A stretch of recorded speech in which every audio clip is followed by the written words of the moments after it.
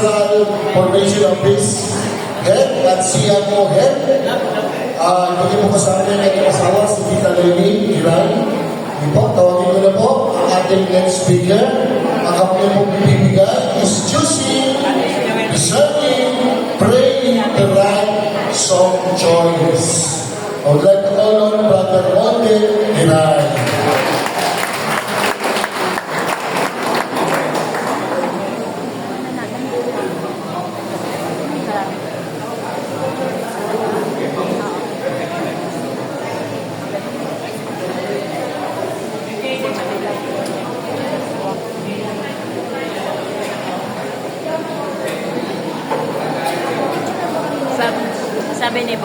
Sabi ni brother ko, ano daw gagawin dito? I'm sure marami tayong matutunan dyan sa talk na yan kasi magaganda ang mga talk na mga na kahit ano may apply mo.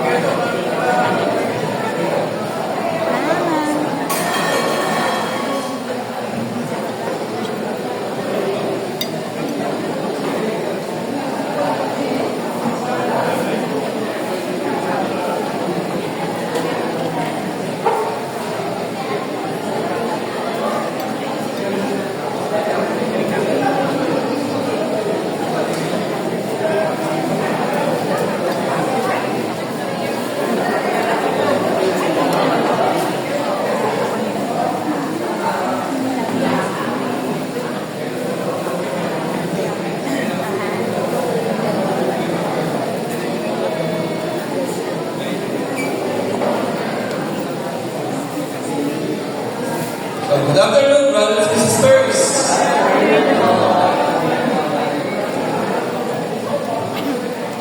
Actually, dito sa natin, wala po itong expanded outline actually. No? Kaya talagang sariling sikap po yung mga speakers dito kapatid.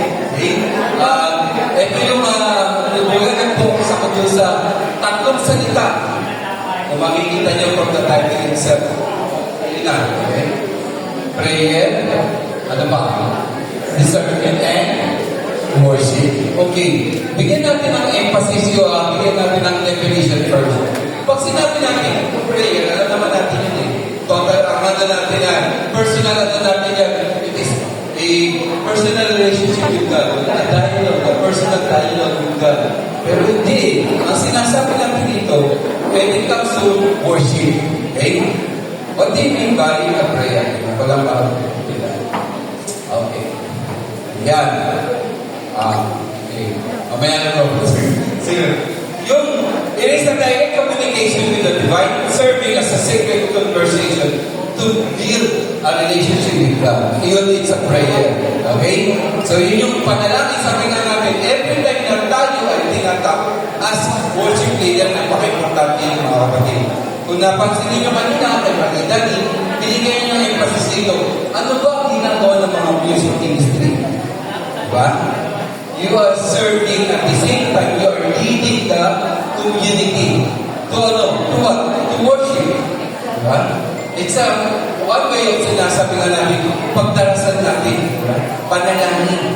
It's, you are building, you are lifting our spirit. Diba? To what? Through worship. Kaya kung ang mangyayari, mamaya mababanggit ko yung nabanggit ni Brother. Yung mga elements dito na isa, ano ba ang ginagawa ng mga music ministry?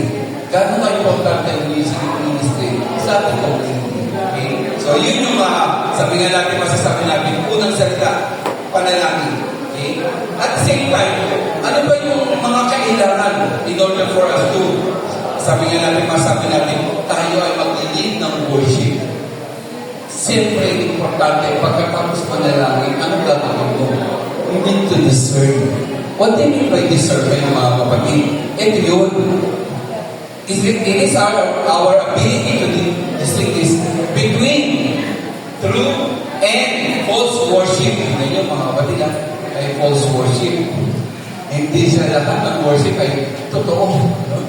Maaring, siguro, sabi nga, mapapansin ninyo, mapapansin natin na minsan parang sabi natin, bakit ganun yung worship leader natin?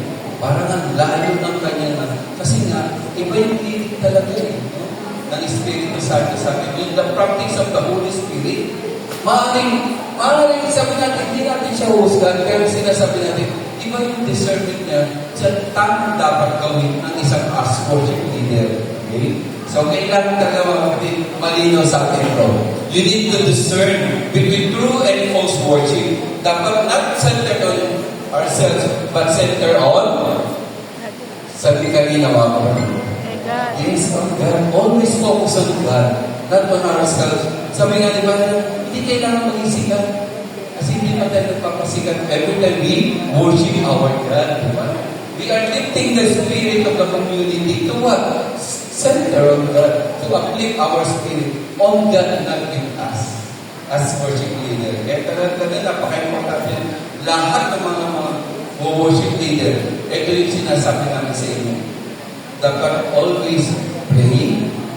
First, pray. Pangalawa, you need to discern.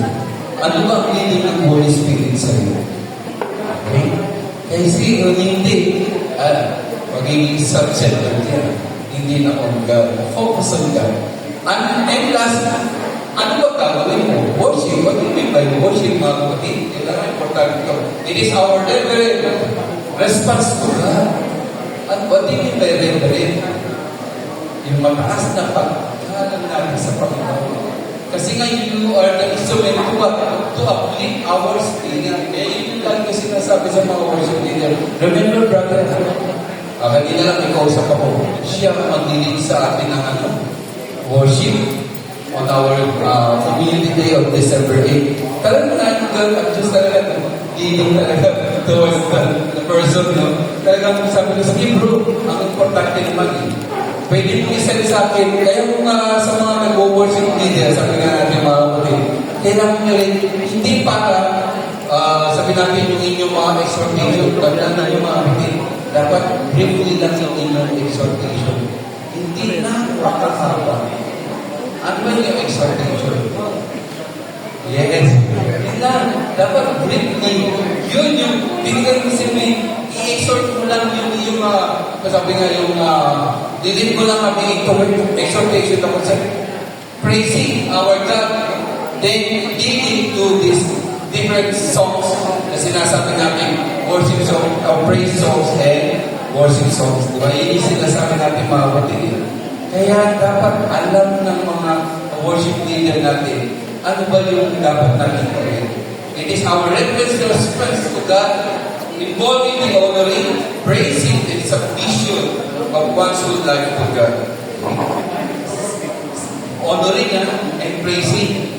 Dapat ikaw lang ang magiging instrumento. Hindi ikaw yung wino-worship natin. Remember, kapatid. Kaya yung exhortation mo, centered still in God. Hindi para sa atin. Hindi para maging sikat tayo. But lagi ang Diyos na. Focus on God. Siya naman ang Panginoon natin. Ngayon, tingnan natin mga kapatid. What is worship discernment? Okay. Ito yung mga kapatid, ito yung mga personal na sabi mo ngayon. Nakita ko ito dun sa mga unang-una, seeking God's direction for song choices. Di ba nagdasal na tayo? Di ba ikaw ang mag-lead ng worship? Kahit sa chapter assembly o CPA, chapter prayer assembly. Yung sasabihin, CPA lang naman yun, walang nilalan sa ating mga gathering mga kapatid. Still, you will need the chapter for what? For a worship. And remember, worship is our praising and honoring our God.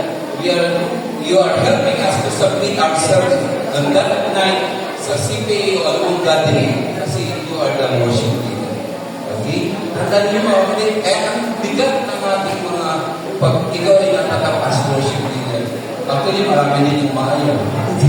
Kapatid, remember, basta sabihin nila, Lord, ikaw ito. O bakit ako naririto? Lord, ikaw ito. Yes, nakakarap ako mga kapatid. Pero alam na, good yung music na pwede ko kayo turuan. No, pero remember, ito yung bigay ng Panginoon eh. You are being tapped as one of the speakers for this afternoon. Yes, Lord. I will give my best. And kung hindi pa best yun, Panginoon because you are my God and you will give me the inspiration, the knowledge, the wisdom that I need for this afternoon, for this talk. Kasi ikaw naman to, di ba? Yun ang importante. Kaya that's why, as a person, if you are leading a worship, you need to seek God's direction for song choices. Hindi lang basta ito gusto ko. No? Always pray first and then discern. Kaya I believe worship discern. Number one, seeking God's direction for song choices. Lord, ano gusto mo para sa akin? Okay? Kasi I will lead the community in worship. Basta tandaan nyo lang lagi, pag ikaw ang worship leader, you are leading the community into worship, meaning you are lifting our spirit towards God. Okay? At hindi yan matutulungan ng sarili nating kakayanan. That's why we need God's inspiration. Mga kapatid. Then, pangalawa, diba sinasabi nito mga kapatid, aligning music with scripture. Lagi niya based in scripture. Bakit ano ba? Still. Diba? Sabi nga, focus on God. Ano ba yung sabi nga nila, diba? Ano yung sinabi ni San Jeronimo ni St. Jerome? Ignorance of the scripture is ignorance in Christ. Pagkano yung mga kapatidan, kaya kung bakit lagi tayo scripture-based tayo, bakit? Kasi hindi tayo ng community for Christ. At the same time, kasi na, lagi tayo nakaseto sa ating Panginoon. Kaya, scripture-based tayo sa scripture. Kaya kailangan lahat ng mga kanta natin na papasin niyo naman yun. May ilan niyang pinagbabasa niya. Hindi lang basta kanta. Kaya kanina, unti-unti, yung kanta natin kanina, grabe, nakakapit na yung spirit. Lalo na yung ng ginso na si Brother Dan. Yung ang galing ng music natin natin, di ba? Parang paano naman mga kapatid? Okay? Kasi talagang, yun talaga yung music, nakapit sa our spirit, di ba? Kaya hindi nakapag-practice ang ating music industry. Hindi. May ano yun, consequence yun. Lahat naman ang ginagawa natin para sa Diyos. So therefore, we should give our best. Not good, better, but our best. Na, pangatlo mga kapatid, ang worship sermon na sinasabi dito, supporting the message or theme of the gathering. For example, ito ano natin, music ministry appreciation. Ano yung pinaka-tema ng music ministry? Sa tingin ninyo, kung ikaw ang tumili ng worship ngayong araw,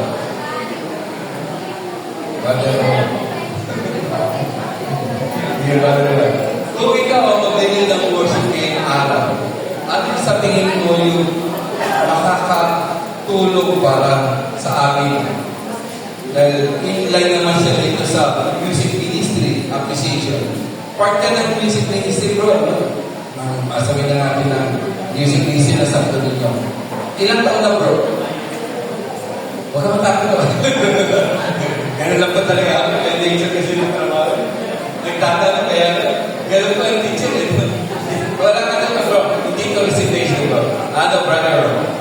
Ilang taon mo kaya sa music ministry? Part ng music ministry. Walang hanggang daw. Lagi tayo naman po. Wala na nag-iisip sila. Part ka na ng music ministry. Kaya, bro, yung nag-15, mga nagtatanong kasi ng sister. Hindi sigurado nila. Kaya po. Okay? Meaning, sobra na sa dekada. Sobra na sa 10 taon. Kung kinakailangan mga kapatid, ay you need to yung mensahe mo ay dapat naaayon sa dating. Okay? Hindi mo pwede. Kailangan mo talaga na pray, then discern, and then try to, kahit ako, ginagawa natin mga kapatid, di ba? Di ba parang ikaw muna, magpapractice ka rin dyan, di ba? Ano ang ginagawa ng mga worship leader natin dito? Alam ka sa sarap yun. Kunwari, ikaw ay nag-worship ka na. Mawawala talaga kapag pag nag-ibang sa akwal, mawawala na yun kasi bakit? Lord, ikaw na pakala. Bigay mo sa Panginoon.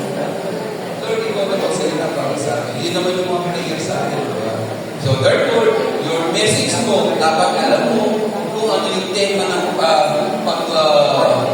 gathering natin. Example, December 8, ano po yun? December 8. Makakulit ko sa dapat, hanggang maaari, malaki kapistahan yun yung mga pera. At holiday of obligation mo, sa mga sa worship leader, hanggang maaari, huwag mo kakalimutan ng meeting. Kasi marila. Ang part yun ng ano eh. Kasi paano ba naging yung sabi nga natin, sino ba yung unang-unang disciple natin? Yun, si Mary. Silent order si Mary. Nakinig lang siya, and then yung pakikinig niya, talagang yung sinabunan. Sa pamamagitan ng ano, yes, Lord. Sabi niya nga, hindi madali yung pag-yes ng mga Mary ng mga kapatid. So therefore, yun yung kailangan natin. Una, seek God. Okay? Align with the scripture and last, always supporting our message with the theme of the gathering. Remember that, mga kapatid. Ngayon, ano ba yung kailangan kapag tayo ay mag-worship? Kailangan handa ang puso natin. Hindi lang isip natin, puso natin. Kasi kapag puro isip, hindi mawawala sa puso, problema hindi yung mga kapatid. Parang puro na lang isip mo pinapagana natin. Pag hindi na kumala ang isip mo, puso na ang pagana natin. Ibig sabihin, the Spirit or the promptings of the Holy Spirit will be there. Okay? Always naman yun. Believe in the prayer. Mga kapatid. And followed by, invite the Holy Spirit to lead you. Okay? Hindi nyo sinasabi dito mga kapatid na sinasabi natin na yung promptings of the Holy Spirit, yung galaw ng Espiritu Santo sa atin in that particular event. No? Huwag mo sabihin, yan ay pagkakataon lamang, kundi yan ay binigay sa iyo ng Diyos. Sabi nga, pinili ka para to lead our brothers and sisters in that particular event. Gathering ang ating community. Kaya, malaking bagay po yun na ikaw ay na-discern ang ating mga leaders na ikaw ang mag-lead. Kaya, pag kayo nagtakas, worship team,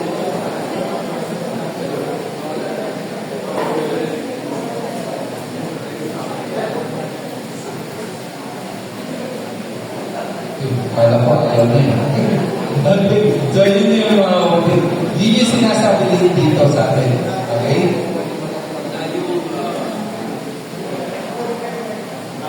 Invite the Holy Spirit to lead us. Hello. Hello.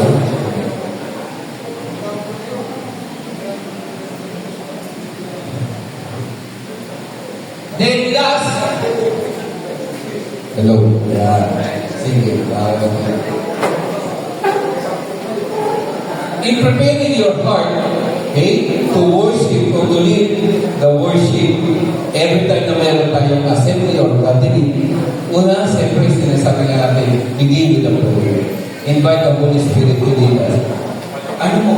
Pulsihin mo, ano mo yung sinasabi ng Panginoon para sa iyo? Diba sabi nga natin, the Holy Spirit is the third person of the Blessed Trinity. Panginoon pa rin yun. Diyos pa rin yan, mga kapatid. And last is, lay down your personal preferences. Ano ibig sabihin mo? Sabi kasi dito, yung laying down your personal preferences, ibig sabihin, ibinubukas mo lang, inahaya mo lang, Diyos, ang mamuno sa iyo. Yan naman talaga dapat mga kapatid. If you are inviting the Holy Spirit to guide you, okay? So, lay down yourself. Your personal. Ano ba yung mga pangangailangan mo? Ano ba yung mga agaw-agaw mo? Ibigay mo sa Panginoon. Remember, mga kapatid, trabaho niya yan, hindi natin trabaho. Okay? Ano yan eh? Trabaho ng Panginoon. So therefore, hayaan mo ang Diyos ang gumawa para sa iyo. Magugulat ka, nagawa ko mo. Kasi hindi yun para sa atin. Para sa Panginoon yun. Ginamit ka na para, no? So, magulat tayo kapag ang Panginoon ang biglang nagsalita dito sa harapan. Pinagsasalita, hindi natin makita.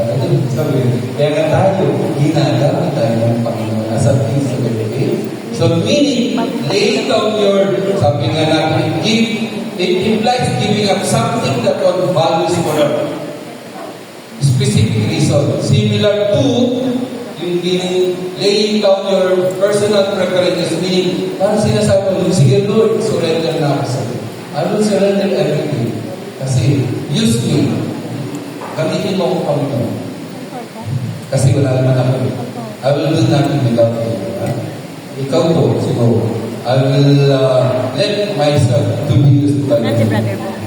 Kaya natin ang Panginoon. So, yun yung laying down our personal preferences. Kung naman yung mga agam-agam natin sa mga sarili yun, ay hindi na yun, mga kapatid. Now, after preparing your heart, sige brother, next,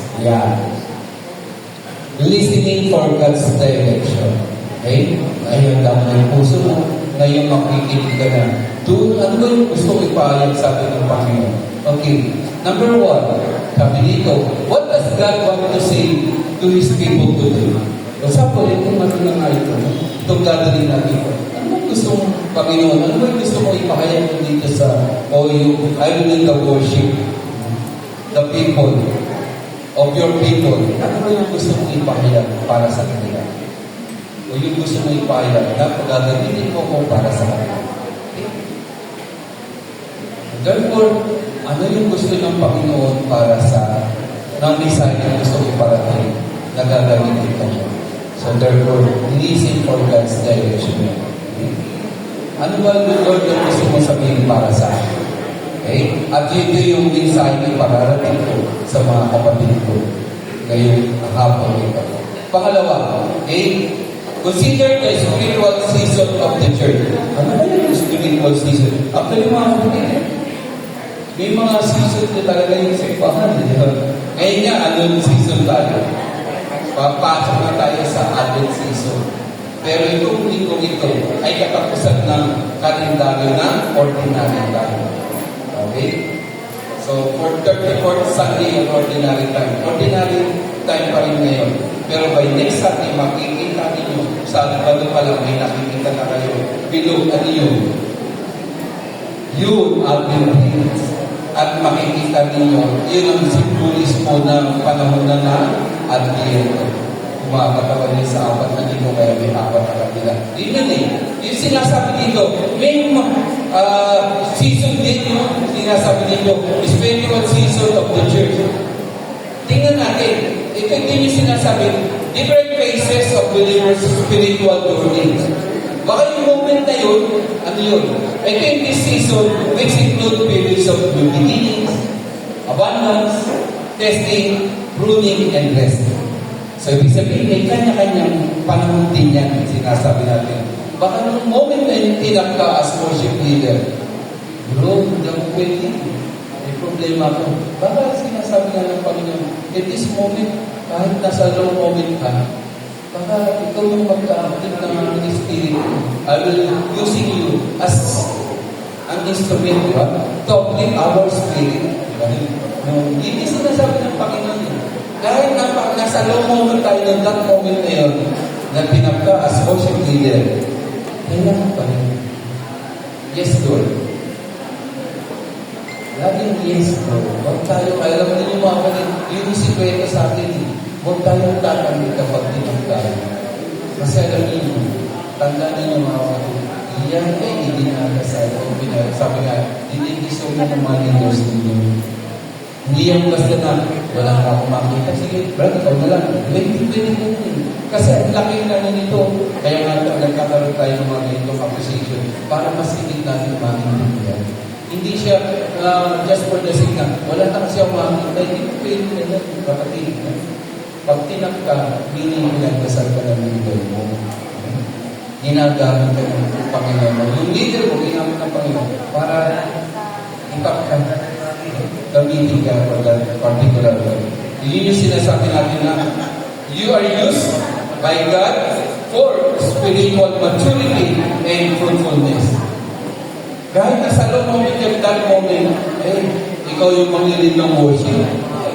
Diba? Sino tayo para to uplift the spirit of everyone, of everybody?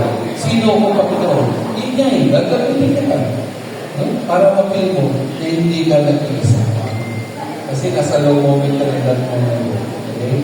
maganda nga yun kasi ina-update mo kami para harapin o magpuri at magpasalamat sa Panginoon in that particular day.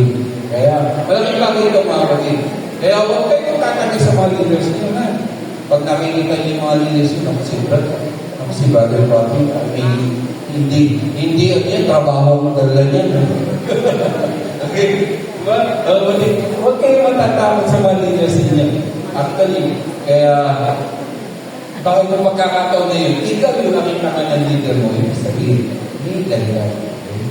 Ikaw yung nakita niyo, ikaw yung pinadala ng Diyos para matugunan yung kanyang hinihingi pagkakataon na kapatid. Okay?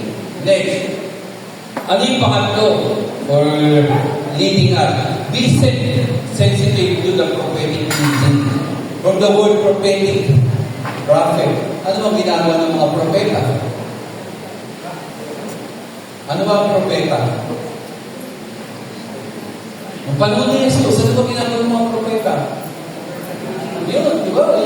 Tagapagsalita. Ikaw yung ginagamit ng Panginoon for that particular, sabihin na natin. Be sensitive. Baka may leading sa iyo ang Panginoon. No? Bilang propeta, ikaw yung magsasalita sa amin. No? So, use it. Basta lang nilang, Lord, ikaw na bahala. Do everything. Diba? Sabi nga, and God will do the rest. Yung hindi natin kaya gawin, andun sa pagkakala. Diba? Sabi nga, ito lang yung kaya natin. Kasi nga, limitado tayo. Tao tayo. Hindi lang ang mawali. Tao tayo. Pero ang Diyos, wala, limitless yan. Wala hangganan yan. Wala. Diba? Lahat ng possible, even the impossible, possible para sa Panginoon. Diba? Just it. Yun ang maganda doon. Kaya, be sensitive. Ano yung ibig sabihin nito mga kapatid? It means actively listening to the promise of the Holy Spirit. Discern. Ano ba yung gusto ng Panginoon para sa akin? Sige, Lord. Okay? I will obey from the to the promptings of the Holy Spirit. Through, ano yung mga core principles na yun, sinasabi natin na be sensitive to the prophetic leading. Una, attentiveness to God's voice. Yan. Kaya ako din, binigyan daw tayo ng Panginoon ng dalawang technique para yung mga hindi natin nakikinig o naririnig sa kaliwa, maririnig natin sa kanan. Tandaan niyo mga kapatid. At ano nag-uugis ng mga tenga natin pag pinagpikit siya? Puso. Yan pala yun. Bakor. Puso. Yan yung sinasabi ng Panginoon. Okay? Then secondly, obedience. You must obey. Sige Lord, susunod ako. At sinasabi nga sa akin, di ba? Wala namang, mga kapatid, napahamak, di ba? Sa pagsunod, eh. Si Maria ba, sumunod, sabi ng Panginoon, napahamak pa siya? Hindi. Lahat-lahat kasi ng Panginoon. Basta pinalala niya ng Panginoon, siya na bahala. Hayaan niyo ng Panginoon gumawa ng paraan sa mga hindi natin kaya gawin. Yun nga sinasabi. Limitless ang Panginoon. Okay? Discernment. Okay? And last, aligning with God's character. Ano yung God's character na nothing is impossible with God. Okay? So, yan yung mga God's direction para sa akin. Walang imposible sa akin. Lord, hindi ko kaya. O kaya na, ako nang bahala. Sasabihin sa inyong Panginoon. Basta, unang-una mga kapatid, always pray, discern, and use me according to your will. Kasi wala namang nagtiwala sa Diyos na napahamak. Diba sa kanyang nasipalo. Yan sa Biblia. Kaya naman, sige Lord, susunod ako. Hindi mo naman ako yung sa napakano. Okay. And, choosing the right song. Ito na tayo. So, usually, number one, yung pa rin. Lyrics must be biblically sound. Alam niyo naman pag sinabing biblically sound, diba? Based pa rin sa Biblia, mga kapatid. Sa salita ng Diyos. Kung napansin niyo yung ating merong verse yan. Biblical verse yung ating appreciation ngayong araw na ito. Kasi doon talaga yun ang ng community natin. Dapat laging scripture or biblical base yung ating mga ginagawa. Kasi pag biblically based yan mga kapatid, ay sabihin nila yung God. Always directed tayo by God. Especially yung Holy Spirit. Then, sinasabi dito, melody should support participation, not performance. Ito yung sinasabi ko sa inyo kanina. Okay? Kapag ang music ministry, sila lang ang kumakanta, sa tingin ninyo, nalilid tayo into worship. Hindi, di ba? Sila lang nakakalang ng kanta di ba? Kaya na, ang talaga sa atin, ayaw ko lang sa inyo kanina, dapat hindi performance, participation, not performance. Okay? Always lead us, music ministry, worship leader, lead us into participation, not performance.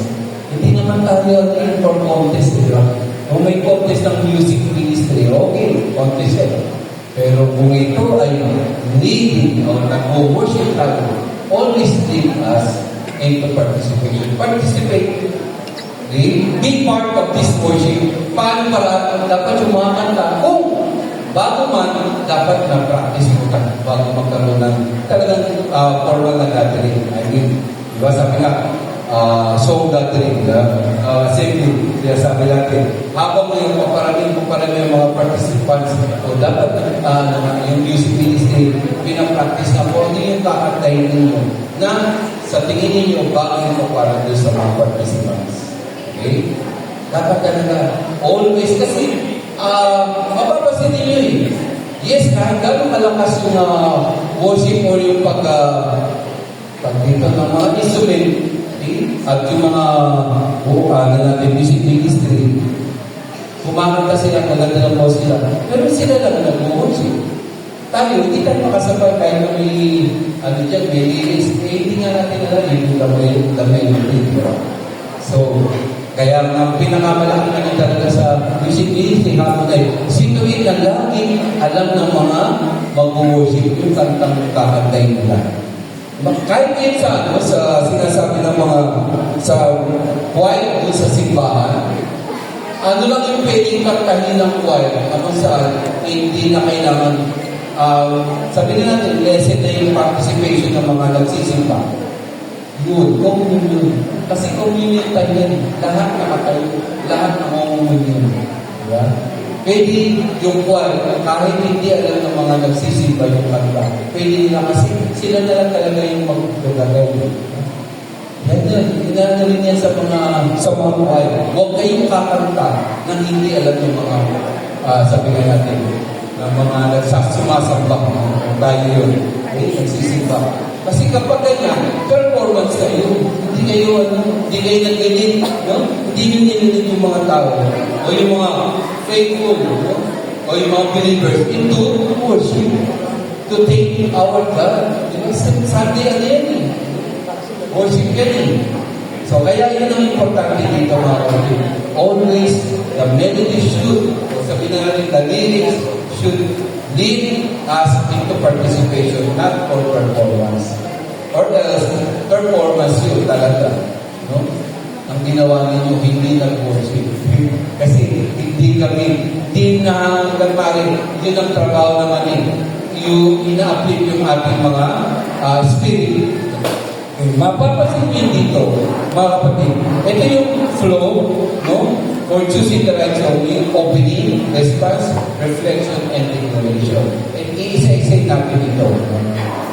Sinasabi dito, mga kapatid, itong process for, sinasabi dito, it is a structured process for engaging with and interpreting a song on a personal level. Okay? Mas maganda talaga kung ang bawat mag-lead ng worship, mas nalalaman nyo talaga yung kanta.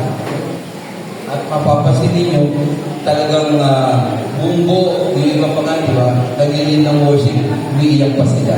Kasi talagang na-update talaga yung kanilang spirit. Hindi lang siya, even the faithful tayo. Okay? And usually, ito yung sinasabi dito, ginagamit ito for therapeutic, bagamat tayo nasa community. And at the same time, for reflecting activities. Itong ginagamit itong workflow na to. Pag sinabing opening, ito lang yung pinaka-introduction. Okay? So, dapat ito yung worship natin o yung even the music mixing ay alam, no? Yung background at the same time yung introduction nitong kanta ito, paano ito nagsimula, paano ito nag-compose, okay? And then yung response, dapat lahat ng mga participants ay makakanta to at makakasama, okay? Makakapag-participate and reflection. Yan.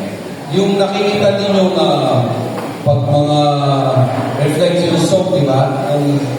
Lalo na kapag may mga gathering tayo, may mga reflection song. Ito yun, no? Yung instruments na, o may isa lang ng mga kanta, ililin tayo into, talagang makikita nyo, mapapansin nyo bakit kayo kinikilabutan. Pero hindi naman lahat ang mga ganun. Pero yung pagnanang naman talaga ng personal level, yung song na kung sino man yung kumakanta at inam ng mga instruments, talagang makikita nyo yung leading ng Holy Spirit sa iyo. Okay? And as yung declaration naman sa ito na yung gusto ng Panginoon. Okay? You are declaring to yourself on a personal level, ito yung gusto ipagawa sa akin ng Panginoon. Okay? Okay, maganda. Malaki na po tayo. Actually, ito lang na natin po talagang ninang ako. Gusto ko yung, practical at the same time, personal. Kasi wala talaga siyang katulad ng ating mga talks sa CRT, may mga expanded ko. Talagang hinaharap na ako ng isa sa ko. Ito, mas maganda to. Mas magaling ng ating mga kapatid. Okay? So, next. Pray over the set list. Ano yung mga set of songs mo, mga kapatid? Okay? Siyempre, unang-una sinasabi natin, pray for the unity in the team. Bakit kailangan mo ipagdasal? O yung intention mo for the team, for example, ng team ng music. Kasi baka yung mga moment na yun hindi kayo iisa. Diba, mga kapatid? May kanya-kanya kasi tawag dito, sabi nga natin, pinagdadaanan. May mga kanya-kanya moment na yun. So you need also to pray for the unity in the team. Kasi bakit pag-iisa ang kumakanta? Kahit sabihin nyo marami kayo, pwede, di ba? Sabi nga natin mga kapatid, di ba? Marami ang music ministry, maraming miyembro. Pero bakit pag-iisa ang boses nila? Kasi bakit? Kasi yan ang gusto ng Panginoon, hindi kanya-kanya. Kasi pag gano'n ang kanta natin sa music ministry, kanya-kanya gusto marinig ang boses niya para nakakaas maganda. Ay, hindi yan unity. Diba? Sabi nga, unity in diversity. Kahit iba-iba tayo ng pinagdalinan, iba-iba tayo ng pinag-aralan, pero pagdating sa kuwan o sa music ministry, isa tayo. Okay? So we need to pray as a team.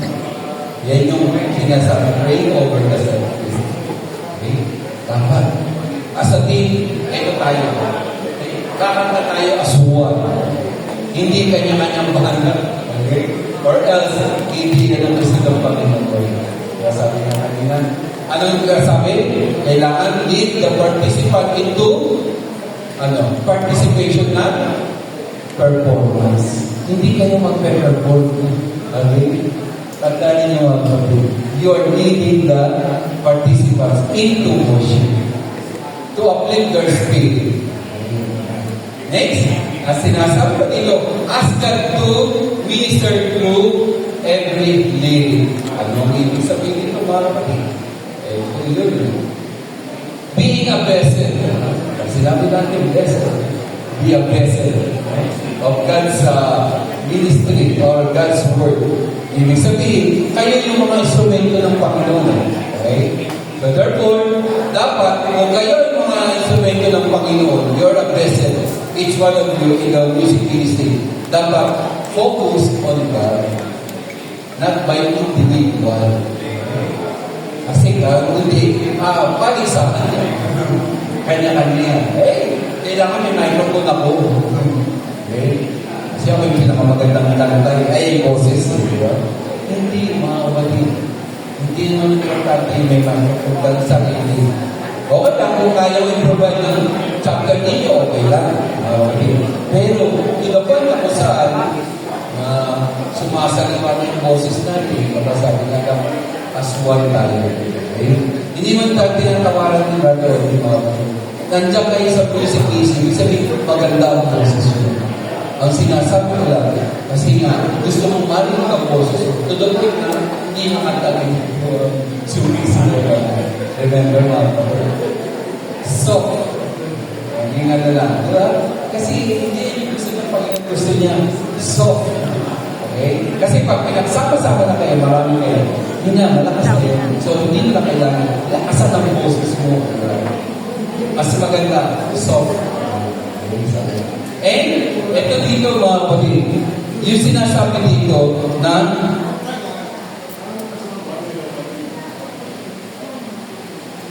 over transitions and moments of encounter. Itong transition nito mga kapatid, no? Bakit sinasabi dito? Ito yung sinasabi, unfolding the journey of change and the specific, meaning interaction that shape the journey. That journey. Ibig sabihin, ang bawat isa may kanya-kanyang journey. So therefore, lead us into that journey na kung saan maganda yung aming, ano ba sa Tagalog ng journey, mga kapatid? Paglalakbay, diba? Sabi nga natin, lead us into journey. No? Kung ang journey ko, no? Halos, hindi, parang hindi nga na-apply ng aking spirit. Hindi nyo ako nililid to my journey. And yung moments of encounter, ang journey na eh, then nalilid nyo na ako eh. To worship at the same time, into practice of the Holy Spirit. Pero, bakit? Parang hindi. Nagkaroon ng transition bigla-bigla eh. Ito completes our transition at the same time, yung moments of encounter. Ano encounter na yun? Encounter with God. Okay? At yun yung mga sinasabi ng mga kapatid natin, ang ganda ng worship kanina. Hindi nila makakalimutan yun. You are living, or you are, ano to? Living a legacy, mga kapatid. Di ba? You're living a legacy. Hantayin nyo, yung legacy niya, ang Diyos ang may bigay mo. Huwag mo yun, dahil sa akin yan, dahil sa akin ito, mga kapatid. Because of God. Okay? So, yun naman yung napaka-importante. Lagi tayo, salamat ko. Ganda ng aming worship. Okay? Yun. For final encouragement, mga kapatid, ito yun. Worship, remember, mga kapatid. Ano yung tatlong salita sa kanina? Simulat-simulat. Prayer, discernment, and worship. It says, worship is our partnership with God. Remember this. Kung ito yung panahon na kung saan we are dealing with partnership with God, eh, tandaan ninyo, you are leading a worship. Pag kayo o tayo ay nag-lead ng worship, remember this, mga kapatid. Dapat, you are leading us into God. Second, encouragement nito, mga kapatid, dapat, tanggapin ninyo, pag kayo mag-lead ng worship, huwag kayo patakot, mga kapatid. Una-una, always surrender everything. Lord, ikaw na bahala. Alam mo, itay lang ko. Kahit may problema ako sa mga sandali nito, pero bakit ako, Lord? Ba't ako? Tandaan ninyo, hindi tayo paligid, ba't ako? Tama ba yun? Tama ba ako? Diba? Sabi na iba, ang daming paniki sa focus for God. Ba't ako? Ba't ako? Bakit? Paniki ka na yun? Tama ba? Ba't ako? Hindi. Tandaan mo mga kapatid. Lord, yes, thank you for choosing me. I know I can do this. Why? Because of me. O, kakanta tayo. Back to you. Diba? Okay? So, second, mga kapatid, stay humble, prayerful, and sensitive. Hindi sensitive na kunting bagay, nagtatapo. Hindi yun mga kapatid. Puso mamon yun. Okay? Sa CFC, bawal ang puso mamon. Kasi mawawala ka talaga. Kailangan dito, puso matibay. Hindi soft heart. Siguro, yung puso natin, pag soft heart, yun ay mapakamakin. Okay? Doon dapat yung puso natin. Pero yung patikasan ng puso, ay ibig sabihin, kailangan huwag tayo konting bagay lang tumatang kagad. Or, konting nasa pagsalita na hindi maganda, nagtatapuhagan. Tagal na natin makabulit sa CFC. Sabi nga natin, more than 2 decades. Okay? Sino na hindi kayo 2 decades? Sabi, 20 years and above. Ay, wala. Babata pala ng mga nandito. Ayan, di ba? Ayan, meron kahit ilan, di ba? O, naiiya lang sila. Okay? O, di po yan sa edad. Sa CFC, okay? More than 2 decades, sabi, 20 years and above. Di ba? Hindi na nga eh. Dapat wala na tayo sa moment na yun. Siguro, yung mga 25 years, pero hindi na sinabi yung mga 3 years pa lang dito sa CFC, magpuso mo muli, perfect sa mga birthdays pa na yan. Yun na rin kinakailangan. Dapat hindi na eh. Lahat tayo naglilingad para sa Panginoon, di ba? Kung meron na, kausapin natin. Or, mas maganda, yun nasaktan. Ikaw na lumapit ko sa nagsabi man sa'yo o nakasakit sa'yo. Kasi, baka, mga kapatid, baka yung moment na yun, hindi nyo naman nalilig, ha? Hindi nyo naman gusto yun. Baka, wala sa kanya yun. Eh, ikaw masyado lang, kaya nga, ano yung puso ko. Walang dami. So, ikaw na lumapit yung nasaktan. Brad, kami na, nasaktan ako. Okay. Yeah. So, sorry bro. Yeah. Stay humble. Prayerful and be sensitive to what? To the promptings of the Holy Spirit. O ano naman yung galang ng Spirit na sabi sa inyo? Do it.